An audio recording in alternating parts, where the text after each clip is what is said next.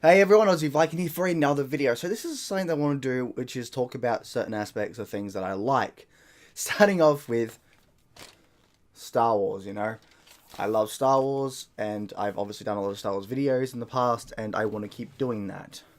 Maybe not turn my entire channel into a whole new Star Wars thing, but just to talk about what I love and don't like in certain aspects. And yes, this will be about the sequel trilogy because the sequel trilogy is bad, at least in my perspective. Now, I want to put this out there as a disclosure.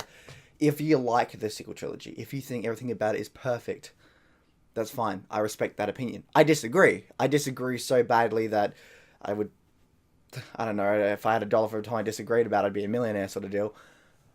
But I respect it, just as I hope people respect my opinion and at least hear me out.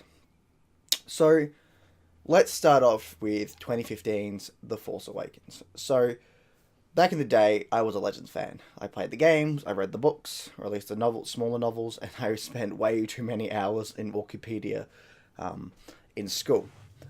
Way too many hours, I might have to add, just reading about the Legends universe. And then Disney came out, I think 2013, 2014, they said, it's all Legends now. It doesn't exist. It's not part of the canon.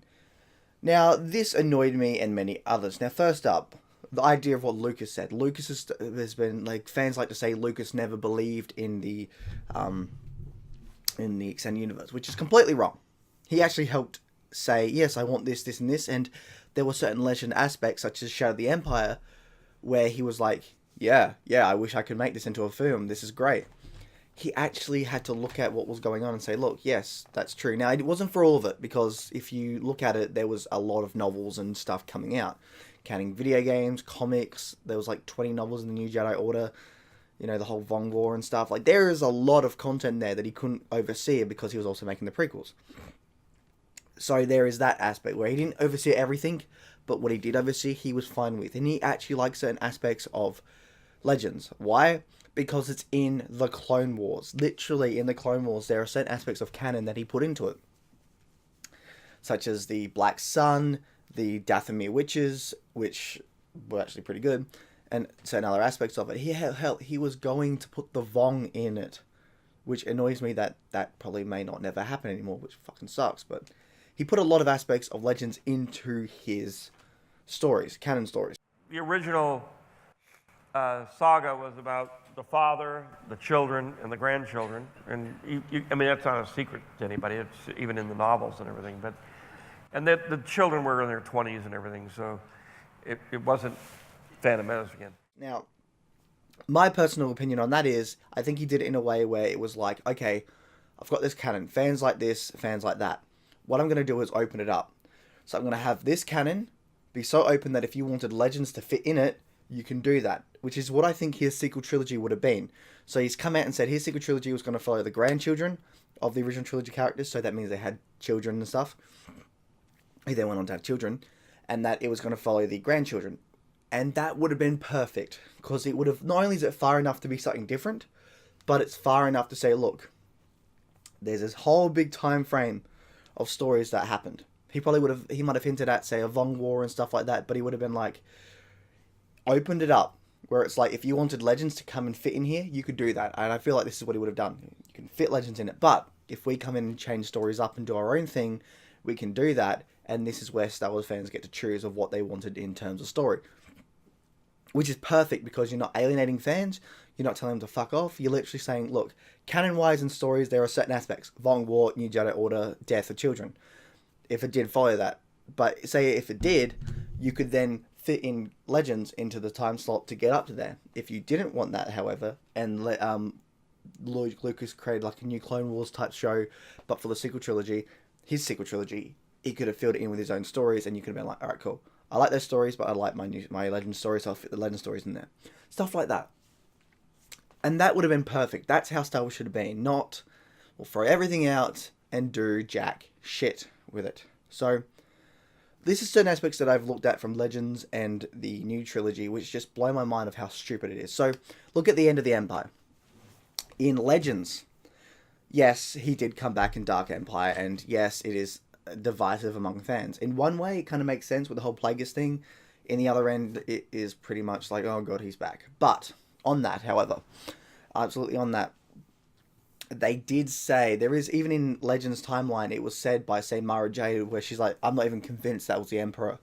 So even then, they kind of opened up to say, it might not even been the Emperor, maybe a clone, or maybe just some crazy Force thing, who knows. But the idea is it might not have been the Emperor, it might have been, they kind of opened it up to say, you get to choose, which is kind of interesting there.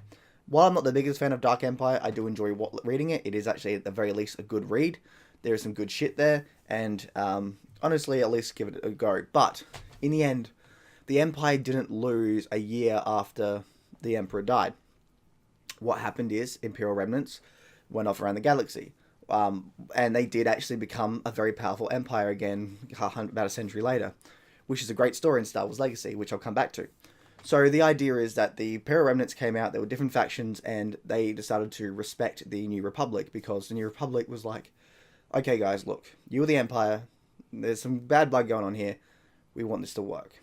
And while there was some crazy stuff happening, especially with the Chiss and all that, with the Dark War and all that, Dark Swarm War actually, it was pretty well done. It was actually really well done and made you respect certain characters like Paleon. I was never good at pronouncing his name. He's an awesome character. Fantastic. And there's just so many like smaller bits of greatness that come up here. So the idea is, in Legends, there were Empire remnants that went to the unknown regions and stuff, but they never came back. They never left and came back with, say, their own Starkiller. And why people complain about too many ultimate Death Star type character vehicles and such, Death Star sort of deals in Legends, they never really got as crazy as a giant planet that destroys multiple planets. You know, a giant planet that killed multiple planets. They never really did anything that crazy. They did do crazy shit, don't get me wrong, and they did have things that could destroy planets, but I don't remember anything about destroying entire, like, multiple planets. Even then, yes, the superpower stuff kind of was crazy, but it made sense, you know. Palpatine wanted to create a whole lot of powerful super things because he knew the Vong were coming, and he's like, well, we got to defeat the Vong, sort of deal. And I think he knew about other things out there as well in the dark depths of space, sort of deal, so it made sense, and that these remnants at times could find them because the Empire was already building them, so they were already built.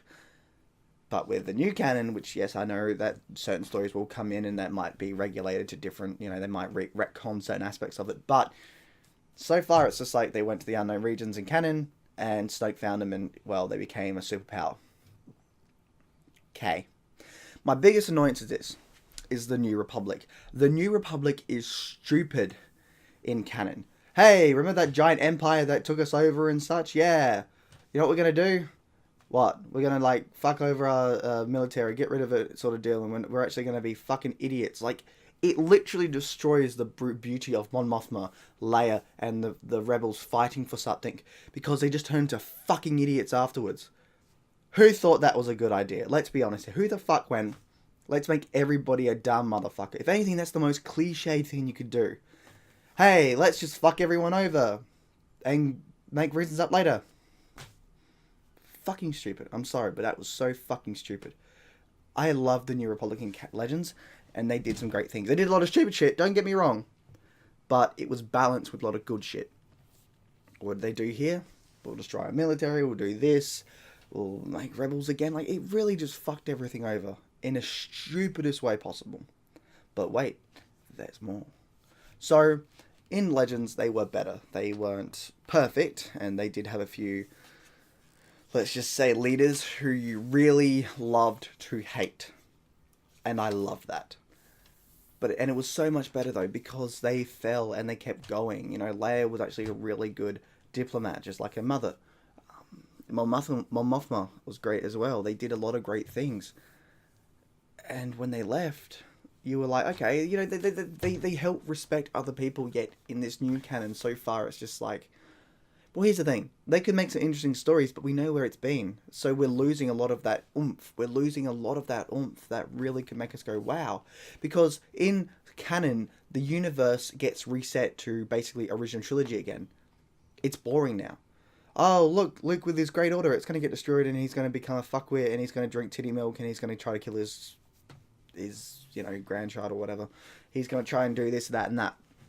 Leia and Han, oh, they're so great now. They're gonna fuck up. They're gonna fuck up with their son, and they're just gonna, Han's gonna leave Leia, and Leia's just gonna start a new rebellion again because reasons. Like, JJ fucked up. Kasdan fucked up. Lucasfilm fucked up with Episode 7 in terms of storytelling, world building, and everything like that.